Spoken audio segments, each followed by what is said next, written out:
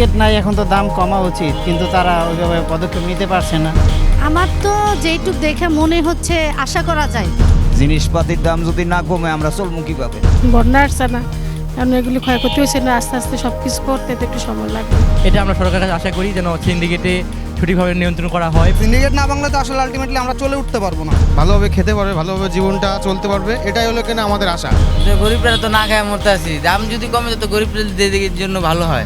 আমরা প্রত্যাশা করতেই পারি, কারণ যেহেতু এখন দৃশ্যমান সিন্ডিকেটগুলো নেই, দ্রব্যমূল্য অলরেডি কমা শুরু হয়ে গেছে।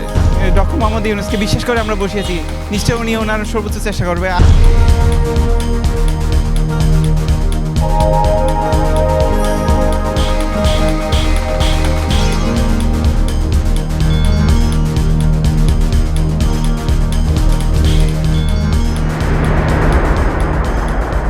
দর্শক, স্বাগত জানাচ্ছি অনির্বাণের নিয়মিত আয়োজন জনতার কণ্ঠে।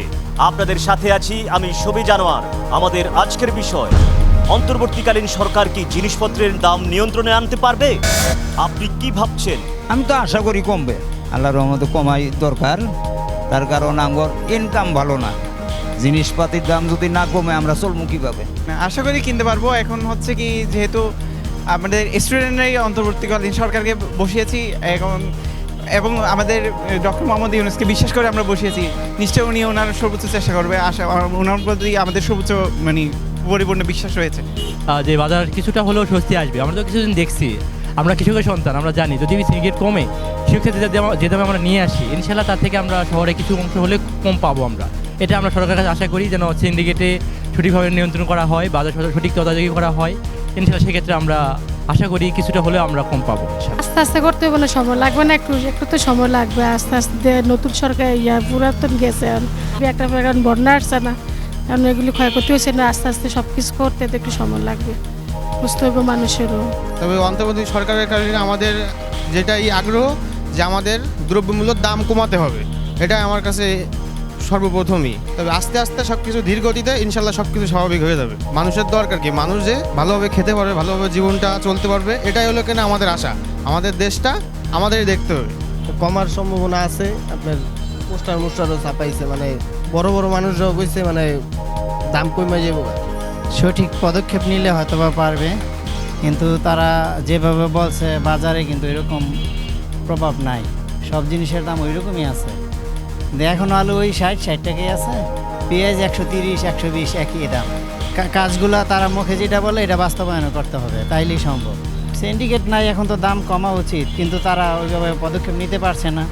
তারা এই জিনিসগুলা সঠিকভাবে তদারকি করতে পারছে না, যদি তদারকি করতো নিশ্চয়ই কমতো। গরিবরা তো না খায় মরতে আছি, দাম যদি কমে তো গরিবদের জন্য ভালো হয়। দিন আনি দিন খাই, কিন্তু যে দাম জিনিসপত্রের দাম বাড়ছে আমরা তো চলতে পারতাছি না। এই যে ড্রাইভিং করি, কয় টাকা বেতন পাই, এগুলোতে আমাদের সংসারও চলে না ঠিক মতো। জিনিসপত্র যদি দাম কমান যায় তাহলে গরিবরা একটু বাইশে মিশে চলতে পারবে। আমার তো যেইটুক দেখে মনে হচ্ছে আশা করা যায় উনি ভালো মানুষ, এবং ওনার ধীরে ধীরে দেশটা একটা ধ্বংস স্তূপ। উনি যেভাবে শুরু করছে মনে হয় ভালো হবে। আমি মানে করতেছি আর কি, হয়তো ওনার ভবিষ্যৎ ভালো, আমাদের ভবিষ্যৎ ভালো। এখন মোটামুটি যা হচ্ছে মনে হচ্ছে সন্তোষজনক, আমরা খুশি। বাজারে যে ঊর্ধ্বগতির সৃষ্টি হয়েছিল তাতে করে মধ্যবিত্তদের চলাটা মানে কষ্টকর হয়েছিল, যে আসলে তারা না পারে চাইতে, না পারে মানে খাইতে, এই একটা পরিস্থিতি সৃষ্টি হয়েছিল। কারণ আপাতত যেটা দেখতেছি তো মোটামুটি অনেকটাই রিকভার হয়েছে। আশা করা যায় সামনে এটারে পুরোপুরি ফুলফিল রিকভার করতে পারবে। সিন্ডিকেটের কারণে দ্রব্যমূল্য আজকে বৃদ্ধি পায়। যে জিনিসটা মনে করেন সাপোজ আমরা 1 টাকা দিয়ে কৃষক ছাড়ি, সেই জিনিসটা বাজারে আস্তে আস্তে 10 টাকা হবে।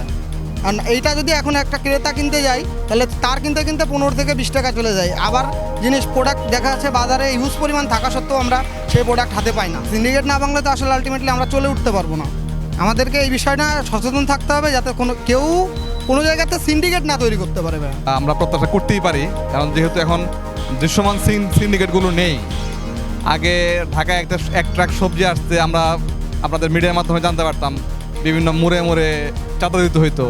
এখন সেই জিনিসগুলা আমাদের ধারণা অনেকটাই কমে গেছে, এমনকি বর্তমান সরকার সেটা নিয়ে কাজ করবে। আর দ্রব্যমূল্য তো আসলে মানুষের নাবিশ্বাস চলে আসছে মানুষের মধ্যে।